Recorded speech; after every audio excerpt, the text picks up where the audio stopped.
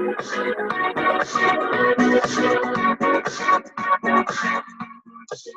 everybody. So my name is Danny Wells and I am an independent consultant with Arbonne International and regional vice president. So tonight I'm going to go through my training, which is about having a purpose-driven mindset. And I've got a really great story for you and then some great information you can implement into growing your business. And I've taken a lot of this from my coach, wonderful global coach, business trainer, Jerry Boysenthal. So as always, phenomenal man. So I'm just going to share my screen. Oh yeah. Ask me how I'm doing and I scream loud. I tell him I don't care. I don't care. Okay, so this is called A Purpose-Driven Mindset by Regional Vice President Danny Wells, myself, and this training taken from Coach Jerry Boysenthal.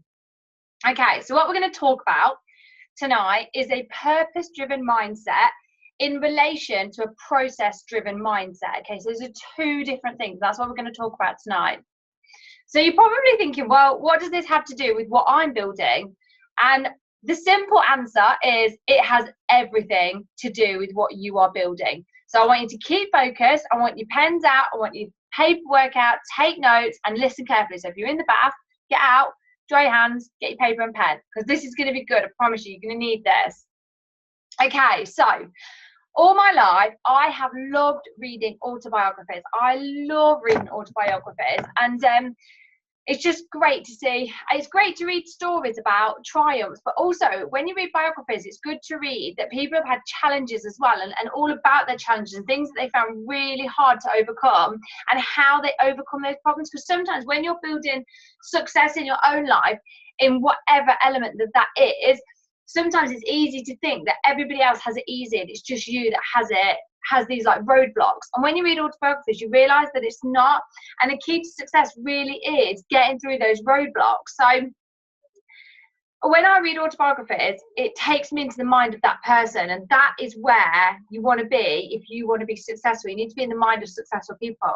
Okay, now very rarely do people actually have the opportunity or the chance to actually be in other people's autobiographies.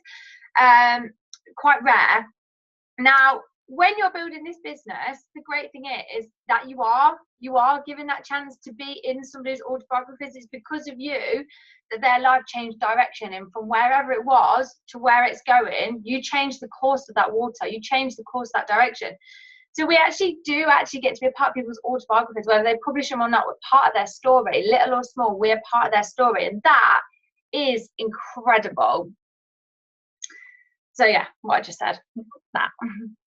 Okay, so Art Williams, or otherwise known as Arthur Williams, most of his name is Art Williams.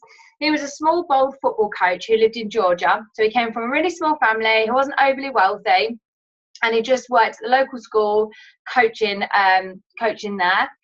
And his dad, so Art's dad, when Art's dad was 48 years old, he was standing in line for work one day and he basically dropped dead of a heart attack.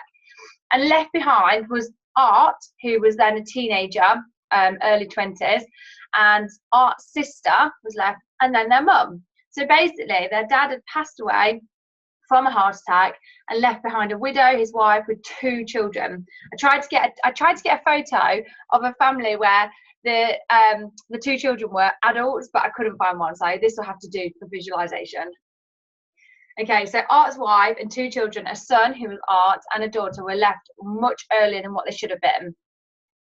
Now, Art's father, who passed away of a heart attack while he was in line to start work, he was given $15,000 whole life insurance, a policy that he had in himself. So when that happened, the insurance company that he had insurance with, whole life insurance, gave the family $15,000, which is not a lot of money. When someone's passed away and they still have another 20 years working, that they would have been provided for the family, to be given that, it's like an annual salary.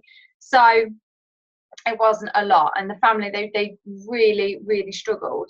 So whole life insurance is money that you put aside each month that you are saving and also paying for your life insurance at the same time. So it's like a combination. So $15,000 in the late 1960s to leave behind for a family, like I just said, is absolutely nothing. And Art's family really struggled from that point forwards. Now, 2 years after that happened, Art was at a family backyard barbecue, got chatting to a few people, and one of the people there said, "Art, did you know that your dad could have got $150,000 of term insurance for the same amount of money a month that he was spending on that $15,000 whole life insurance policy?" That's insane, isn't it? That for the same amount of money that Art's dad was paying a month, he could have, instead of having $15,000 left to his family, he could have had $150,000 left to his family. So term insurance, if he'd done term insurance instead, that would have given him $150,000 for his family. Term insurance is basically like car insurance. So you pay every month, like you do your car insurance and your home insurance. And if you need it, it's there. And if you don't, then you don't need it. And Art was absolutely flabbergasted because the difference between $15,000 and $150,000 is life-changing for a family. So what Art decided to do was go to the library and do some research on the insurance industry, which back then was the largest industry in the world. And this is the interesting statistics that Art found when he did his research. So 92% of people in the world who owned some sort of life insurance owned life insurance, okay, whole life insurance, what Art's dad had, whole life insurance, okay. He also found with whole life insurance, you end up getting less coverage, but you're paying way more money. So the same as Art's dad, he got much less coverage, but he was paying a lot more money. Now, with term insurance, which is the one like car insurance that we pay monthly, with term insurance, you get much more coverage, but you pay less a month. I mean, that's obvious. That's like, which one would you go for? Obviously, you'd want to pay less a month, and then your family would be left with more money. So he wanted to look at why do 92% of people with insurance own whole life insurance then? Because this doesn't make sense, does it? Now, the reason why is because the insurance industry was being paid 10% greater commissions selling whole life insurance instead of selling term insurance. So basically, the industry wasn't driven by what was right. The industry was driven by what was profitable. And let's face it, most people don't understand finances, so they trust what their advisor's telling them. So if their advisor's driven by profit and not driven by what's right, they're going to want to make more money, and they're not going to be bothered by the person in front of them, how life's going to be for them should they go. So this clearly drove Art insane, and he said this cannot happen any longer. And Art came to the conclusion that he was going to start the very first term insurance company in the industry. So a company who only sold term insurance and did what was right. Now, Art went to the bank to tell them that that's what he was going to do, and he basically was laughed at. All of the financial advisors he spoke to, they laughed at him. They said, "Art, that's never ever going to work. We're not giving you a loan." He was denied. They said, "You cannot make money selling term insurance. You will not be able to make payroll or pay commissions to the people that are working with you. You won't be able to even recruit anyone." And Art said, "I'll recruit part-time people." And the bank said, "Even part-time people, the regulators will be all over you. It just won't work. What is wrong with you? Like, stop these crazy ideas. It's never going to happen." But he just did it anyway. He went on and he did this anyway. And I'm pleased to say that on February the 10th in 1977, 85 people were on board, and A.L. Williams was born. This was the company, the very first insurance company who only sold term insurance 100% of the time. So basically, they were like the David and Goliath, okay, just to get that visual going. Now, the insurance companies, they could not stand what Art was doing, because he was basically doing what was right. And the more he told people about what he was doing, the more they realised that what he was doing was right and what the other companies were doing was wrong. So the other companies were seriously miffed off. So he had death threats. He had his office constantly ransacked. He had the hard drives on his computers taken. People tried so hard to put roadblocks in his way and knock him down. He was constantly being knocked down, knocked down, knocked down, knocked down. Not nice. But Art pursued on, and sometimes he would get the sales staff together and say, "Look, listen, I've got some good news and I've got some bad news. The bad news is we don't have enough money to make payroll, okay? The good news is if you guys can just hang on in there, we are going to change the world." Now, in 1977, when Art started his company, there was life insurance companies in existence. Art Williams was number 200,000. Okay, so when he started his, it was number 200,000. Yeah, there was 200,000 companies in total, and he was number 200,000. So in 7 years, in 1984, Art Williams was ranked number 1 of the top 2,000 insurance companies in the world. So A.L. Williams, in 10 years of being in existence, they became the first insurance company in the history of the world to sell over $300 billion of life insurance coverage. They have 225,000 agents, more licensed agents than all 200,000 companies combined. That's what happens when you go with your heart. Okay, so no one likes to talk about life insurance because basically it's about death, isn't it? So how in the world do you get 225,000 people excited about selling life insurance? How does that even happen? And the simple answer is basically you don't. Okay? You don't get anyone excited about selling life insurance. But this is what Art did. So Art got people excited about the purpose behind what they were selling, why they were selling life insurance. I'll say that again. Art got people excited about the purpose behind why they were selling life insurance. Purpose. Okay? He got people excited about why they were selling this life insurance. There he is. So when a new business builder starts their R1 business with us, we need to teach them the process. Okay, so we need to teach them how to launch to their friends and family. We need to teach them and equip them and show them how to do one-to-ones. We need to teach them and show them and equip them how to invite people to take a look, a big skill. We need to teach them how to put together the products for product drop-offs, the gold bags, to teach them how to do follow-ups. We need to teach them how to build a client and a customer base. We need to teach them how to build other business builders. We need to teach them how to meet new people, how to learn about the products, how to plug into regular training, how to get stuck into personal growth, how to be super compliant, how to coach and mentor others, etc., etc., etc. Okay, so we have a lot to teach people.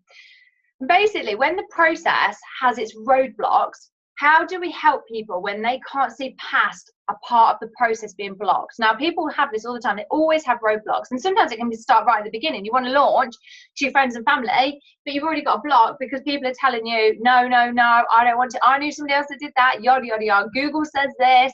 So sometimes part of the process, the roadblocks, well, they do always come up, but sometimes they can come up quite quickly. So what do we do when people can't see past these roadblocks that get in their way? So basically, the process alone is never enough to keep someone around long term. Okay, I'm going to say that again. The process that we've just gone through, all those different skills, the process alone is never enough to keep somebody around long term. The process is not enough. It is not enough. So how do we deal with that? So you have to have a purpose that is greater than the process. Okay, you have to have a purpose that is greater than the process. So when people look at the process and things aren't happening, they need to have a purpose that is bigger than when the process isn't working. So Art's process was selling term insurance to people, but when he was getting his office ransacked, that's a roadblock, a big roadblock. He could easily have said the process isn't working, I've got a roadblock, let's stop. But his purpose was bigger than the process that he carried on. So what is the difference between somebody's why and their purpose? So the why can be a number of different reasons. I've only highlighted a few here. So reasons that they are personally doing the business. So it might be to retire their spouse. It might be to care for parents. It might be to travel. It might be to put their kids in private school, etc., etc. So our why are the reasons that we are doing this business. The purpose on the other side of the scale, is how what we are doing is impacting other people's lives. So Art's purpose was impacting other people's lives. It was a ginormous purpose. And when you pursue your purpose with passion, your why will follow you. When you pursue your purpose with passion, your why will follow. One more time. When you pursue your purpose with passion, your why will follow. So a little story from Jerry. that he shared. So Jerry visited a family with 3 children. So one was age 7, one 4, and one 2. This is when he was working in network marketing, selling this insurance. So the little 2-year-old boy, Jerry told this story, I thought it was quite cute. He couldn't pronounce his R, so he'd call him Joey. Joey, I thought that was really sweet. I didn't need to add that in, but I just thought it was quite cute. So the husband had $80,000 of life insurance, and Jerry basically said he could offer him $500,000 term insurance for the same monthly amount. And they said yes, they did business, that was great, everything was signed, done. 2 years later, the husband is on his way home from work, and he phones his wife to say, hi love, I'm going to be back in a bit, I'm on my way, I'll be back for dinner, can't wait to see you all, love to all the kids. He hangs up the phone from his wife, and almost immediately he gets front-ended by a drunk driver, and on impact he dies at the scene, never makes it home.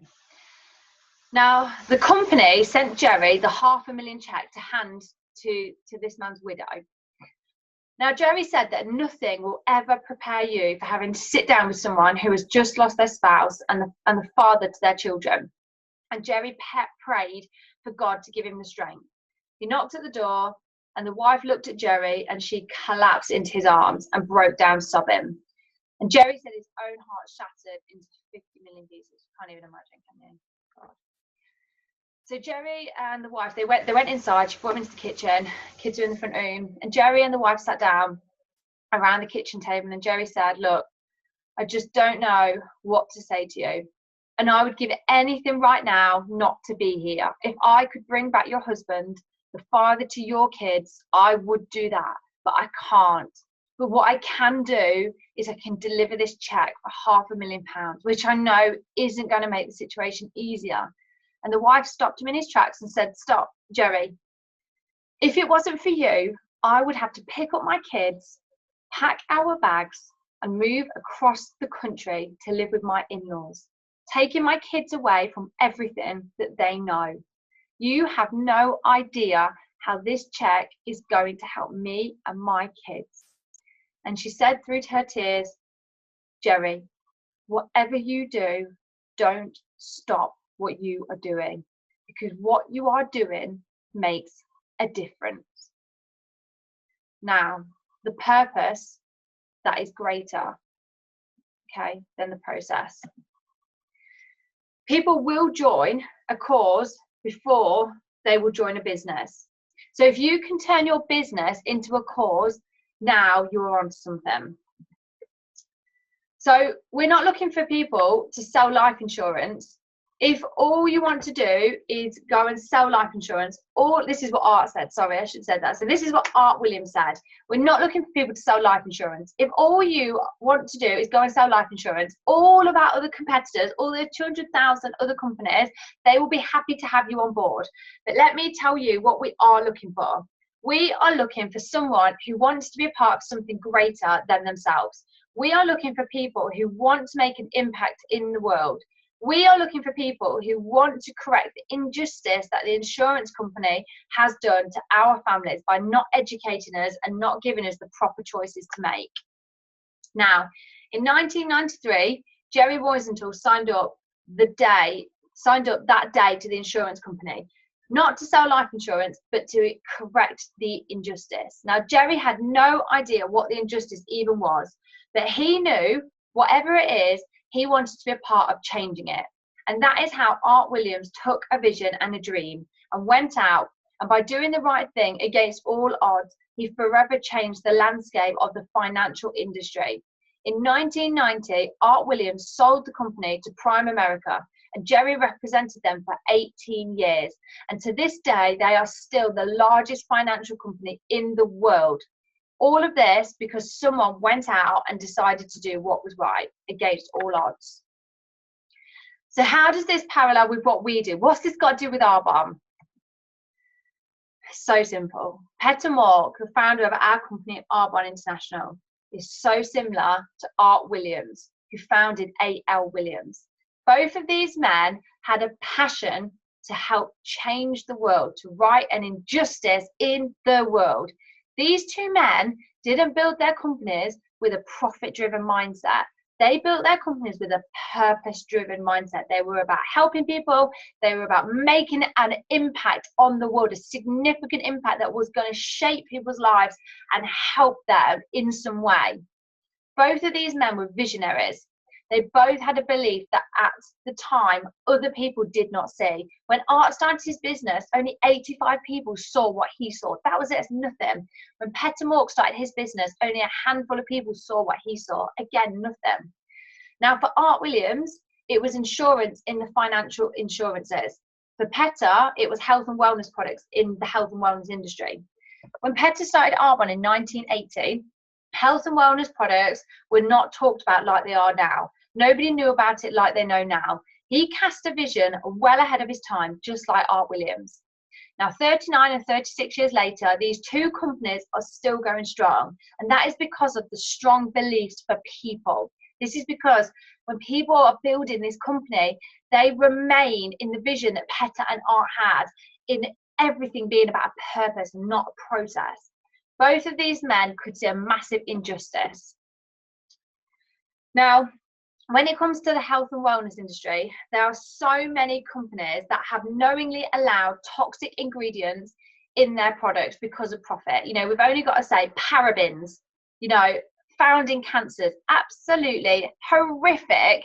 That is well-known information now, yet companies are still putting these awful chemical parabens in their products. Yet you can actually get natural versions of parabens in blueberries that Arbonne actually does use, but a lot of companies won't do that because it costs too much money. Okay, so they won't do it. They want to keep their profits big. Okay, they want to line their pockets. Companies are using these awful toxins, phthalates, petrolatum, all of these nasty things that households all over the world are using and putting on their own body and their family's body. And we wonder why we have the highest rates of illnesses these days. The illnesses are absolutely skyrocketed, and it's because of what we're fueling in our body and putting on our body. We're literally lathering ourselves up in poison. We are poisoning ourselves because of these horrendous companies. We are poisoning our bodies because of what these companies are allowing to happen, because they think that we don't know. And a lot of people don't, but that's what we're doing. We're educating people to make the right choices for them and their families. It is revolting to me that these companies do this. Before I started my Arbonne business, I used to buy all of my health and wellness products from a shop, and I was putting this poison on not my body, not just my body, but my children's bodies as well, and wondering why they had poor skin and why they were tired and why, you know, all these other things that happen because of what we're fueling and putting on our bodies. Absolutely, it disgusts me. There is a well-known baby products company, which I will remain nameless, but I personally did use it. I thought, first time mum, I better use a really nice well-known baby care products company that everybody uses, because that's what you do when you become a first time mum. You try your best at everything. I bought all the products that they did, and I continued to buy them when they ran out. This company were fully aware that they have formaldehyde in their products, and they know it has been known to cause cancer. Now they said, yeah, we hold our hands up, we know the formaldehyde causes cancer, we're so sorry about that, and we're going to change it, which is great. However, because of the amount of products that they have, and because their products have a 7-year shelf life, because there's so many that's made and so many sitting in the storehouses, so many shops, it's going to take about 7 to 10 years for them to reformulate and get rid of everything that they've already got and sell, and actually bring in more decent products. Okay, and when they do, I don't know what's going to happen with the price, because they're certainly not going to be able to sell it for less than about £20. So obviously the price is going to reflect on that. Now, even though they know that all of those products that are sitting in shops now and are going to be on those shop shelves for the next 7 to 10 years until they've sold them, and then this known company can reformulate and then provide them with new ones, they still are okay about that. They are still okay with that. So they know it's going to take several years to change it, but in the meantime, they are happy to still sell these toxic products. And they're basically not allowing people to make educated choices. I still see people shopping from this brand, and I think, oh my gosh, if you only knew what you're about to put on your child. It's absolutely devastating. Now, there are more children up to the age of 10 with type 2 diabetes than ever before in history. You've only got to go to the supermarket and see all the cereals, and they promote cereals with the they think, right, who do the kids love the most on TV or on a film? Let's stick them on the front of a box. Kids are going to buy them, and kids are drawn to these things. And then what's happening is their parents are buying them, and these kids are then eating these sugary, horrendous foods that are causing them, not just cereal, but all these other foods that are out there that are causing children to have type 2 diabetes. They're causing obesity. They're poisoning our children. They are poisoning us and poisoning our children. These companies are okay about that because they just want to see big profit margins. They don't have that purpose that so many of the rest of us have. Childhood obesity, oh my God, it is so on the rise, and all the problems with skin, and it's just, oh my gosh, I could go on and on. So, like Art, he wasn't just selling insurance, he was selling the purpose behind the process. So we aren't selling health and wellbeing products, we are selling the purpose. When you take your business and you go into families' homes who have a bathroom full of toxic ridden products, so conditioner, shampoo, soap, face cleanser, hand wash, when you are able to sell them an RE9 set, they are taking some of these toxic products that they have been using, and they are going to get rid of them. They are able to use better, pure, safe, beneficial products. When you do that, you have corrected the injustice for that one person. Now, because they are using better products, these toxins aren't going near their body. When you have a little child, a little kid, whose breakfast is sugary cereals and pancakes and waffles and all of that rubbish with syrup and sugar and etc. and chocolate sauce all over it, making them fat and getting them, when you help them get changed onto the protein shakes, they wake up, they don't want their sugary waffles and pancakes. They want their protein shake. When you do that, you are correcting an injustice for that child. You have helped that child improve their health with better products. So how do we correct an injustice? One person at a time.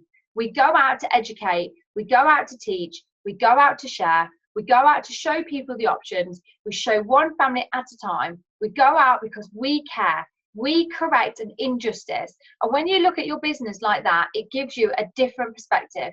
You aren't going out there selling products. You are out there correcting an injustice, one family at a time, and making a difference to people. So we have to get connected again. The impact that we have to help people, we need to connect to that purpose again. Why do people stick around when they aren't making a lot of money initially in their business? The purpose. Okay, so for me, when I started my business, I didn't make a lot of money in the beginning, but I stuck with it for the purpose. I was all about helping people, righting an injustice. I was so deeply horrified by what I was learning about products, knowing what I'd been using on my family. I wanted to share this with as many people as I possibly could. The purpose drove me much more than the income. So it's not about the products, but our products are great. And yes, they do make a difference, but what it's about is correcting that injustice. So from the companies who have given so many households so many toxins, you are impacting people way more than you will ever know when you get them off the toxins and onto the healthy good stuff. So if you have 10 seconds to make an impact, so if somebody says, what do you do? And obviously our 60-second stories are great, but if you've only got 10 seconds to make an impact when someone asks you what you do, and you want to pique their interest, see if they'll sit down with you to hear more about what you do, this is a really great sentence to say. Oh, what do you do? Well, I'm building a global business. Now, you always want to say this. You always want to say you're building a global business, because even if you haven't even sponsored anybody yet, you are on the way to building a global business. Okay, so it's online. You want to be building in all the countries. And over the next 20, 30 years, you will have your business in every single country. So you want to say this. I'm building a global business. Next, that's helping to improve. Now that is big, helping to improve. That gets people's emotions going. Oh, helping to improve. Oh, I like that. That's helping to improve the health, wealth, money, and well-being of this world. One family, or you can say one person, or you can say one country at a time, or you can say all of them if you want to. So, Danny, what do you do? Well, I'm building a global business that's helping to improve the health, wealth, and well-being of this world, one family, one person, one country at a time. Simple. Oh, that sounds really interesting. Yeah, it is. Do you want to sit down and hear more about it? I brought you in for coffee. Okay, so focus on the purpose. So the process is just what we go through to accomplish that purpose that we are excited about. Art Williams changed an entire industry because of his purpose. There's 550 insurance companies now. So there was 2,000, now there's 550. So many of them have closed down because Art had a strong purpose. Jerry Rosenthal had a purpose, and he decided to only coach Arbonne consultants, which, let's face it, makes no business sense. But he knows that Arbonne parallels exactly what Art felt was right in his industry. Jerry knows that Arbonne has a purpose to correct an injustice that our industry has done for families. Jerry is passionate about the purpose to help Arbonne consultants do what we need to do to be the most purpose-driven, most successful health and wellbeing company in the world, and will change the face of network marketing forever. Okay, so hang on, let me go back. So what I want to do next is I just want to come to the end and recap. I want us to go out there with a purpose. So let's go out there with a passion. Let's go out there and understand the magnitude of what we are doing, the lives that we are changing, the people's health that is improving, the wealth that is growing because we have given people a chance to do what we do. So let's go out there and I've lost my train of thought. So the wealth, okay, so let's go out there and share the purpose beyond the process. So let's share the excitement and the lives that are being changed. Let's go out there and find the people that are fired up about this. Let's have the conversations with them that Art Williams used to have, and he used to fire people up, saying, we are looking for somebody who wants to do something great with their lives. We are looking for somebody that wants to be a part of something greater than themselves. We are looking for somebody that is tired of the world telling them, and this is what you're worth. And we want someone who wants to go out and earn what they know they are worth. We are looking for people that are tired of the rat race. We are looking for people that are sick and tired of running around the hamster wheel going nowhere, working so hard, giving so much of their time, and they've got nothing to show for it. We are looking for people that want to change lives, that want to make an impact, that want to correct injustice that has been done to our families, because these companies don't care about what happens to us as long as they're making money. We're looking for people that want to make their dent in this world. So my question to you is, does it sound like you? Okay, does it sound like you? And that was how Art Williams sponsored people. And that is how we sponsor people. We sponsor them to a purpose, not the process. And the process is simply, we have to go through to reach the purpose. It's just something we have to go through to reach the purpose. So I don't know who is on this call right now, but I hope that you've got goosebumps. I hope that you have a renewed energy. I hope that you are thinking that this is bigger than I thought. And I hope that you go out there with this purpose and share it with a new form of energy. Thank you, everyone.